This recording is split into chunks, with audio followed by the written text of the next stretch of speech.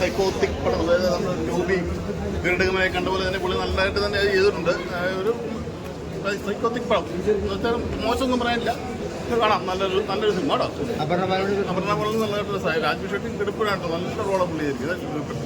Actions ഒക്കെ കുറച്ച് 3-4 കഥാപാത്രങ്ങളേ ഉള്ളൂ. കഥാപാത്രങ്ങൾ വെച്ചാണ് സിനിമ മുഴുവൻ പോകുന്നത്. കുഴപ്പമില്ല, നല്ല സിനിമ കേട്ടോ. തിയേറ്റർ വാച്ച് മൂവി കൊടുത്തിട്ടുണ്ട്. 3-4 കഥാപാത്രങ്ങളുള്ളൂ. കഥാപാത്രങ്ങൾ വെച്ചാണ് മുഴുവൻ പടം കൊണ്ടുപോകുന്നത്. കുഴപ്പമില്ല, നല്ല സിനിമ. സൈക്കോ സിനിമ, നമ്മുടെ 5-ാം പാതിരയൊക്കെയുടെ ആ മൂഡിലുള്ളൊരു പടം. കുഴപ്പമില്ല, നല്ല പടം. ഒരു വെറൈറ്റി നമ്മൾ വെറൈറ്റി സൈക്കോ ത്രില്ലർ പടം കണ്ടിട്ടുണ്ടല്ലോ, ആ ഒരു മൂഡിൽ തന്നെ ഇവിടെ പോകുന്ന പടം. കുഴപ്പമില്ല, പടമുള്ള തിയേറ്റർ വാച്ച് മൂവി തന്നെയാണ്.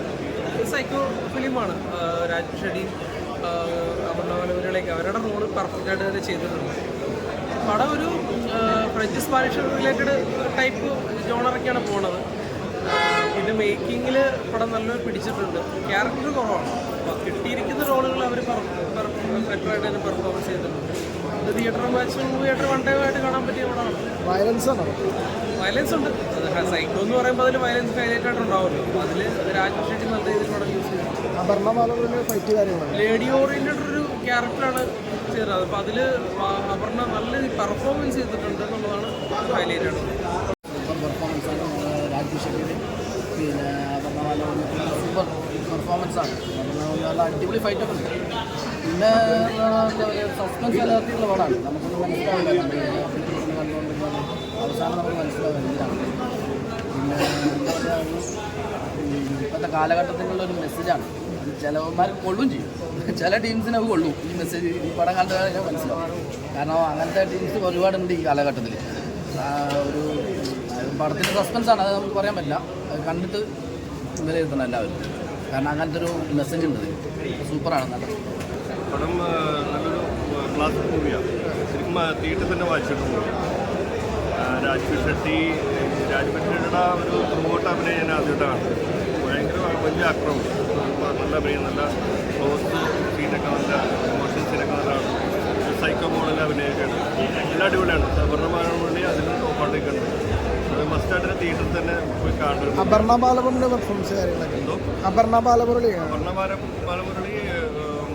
പറയേണ്ട ആവശ്യമില്ല. ഒരു അവാർഡ് വിന്നറല്ലേ. രണ്ടുപേരും കട്ട അഭിനയമാണ്. രണ്ടുപേർക്കും എന്താ പറയുക, ഒരു ത്രില്ലിംഗ് മൂവിയാണ്. മസ്റ്റ് ആ ഒരു ആംബിയൻസ് ഒക്കെ അടിപൊളിയാണ്. നമുക്ക് ഒരു ഹൈ റേഞ്ച് ആംബിയൻസ് ആണ്. എൻ്റെ ബാക്ക്ഗ്രൗണ്ട് മ്യൂസിക് ഒക്കെ നന്നായിട്ടുണ്ട്. നല്ല ഡയറക്ടറാണ്. എല്ലാവരും ആക്ടേഴ്സൊക്കെ നമുക്ക് അറിയാം. ആദ്യമായിട്ട് കാണുന്ന ആക്ടേഴ്സാണ്, സബ് ആക്ടേഴ്സൊക്കെ. അതൊക്കെ നല്ല പെർഫോമൻസാണ്, നന്നായിട്ടുണ്ട്. മസ്റ്റ് തിയേറ്ററിൽ തന്നെ വായിച്ചിട്ട് മൂവിയാണ്.